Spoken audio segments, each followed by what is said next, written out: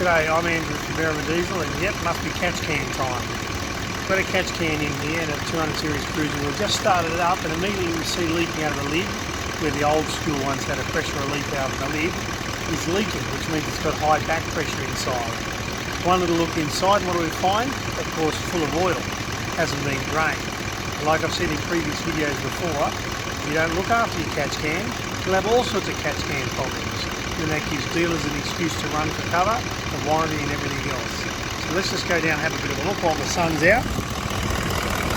We'll sit there long enough, we'll see a few fumes coming out the top there. Okay, and I'll undo the lid. Lots of fumes. Get a bit of light. Really drenched looking filter in there. If we take the filter out, we can see down the bottom of the filter, black ring of oil. And if we have a look right down inside, it's full of oil down there. So think of the filter in a catch can as a wick.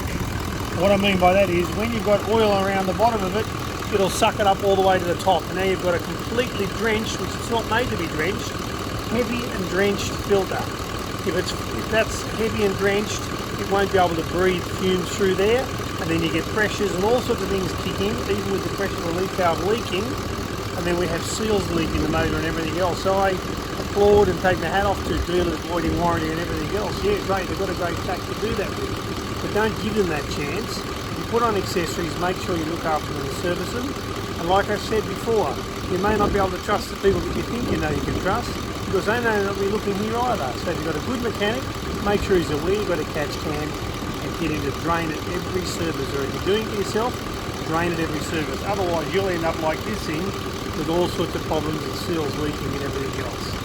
So do things properly and it all works. That's what we've seen in our life here at Berrima Diesel. You can see more of these videos watching our Facebook, YouTube, Instagram, Snapchat, or look us up at berrimadiesel.com, where you can find out more about looking after your diesel properly.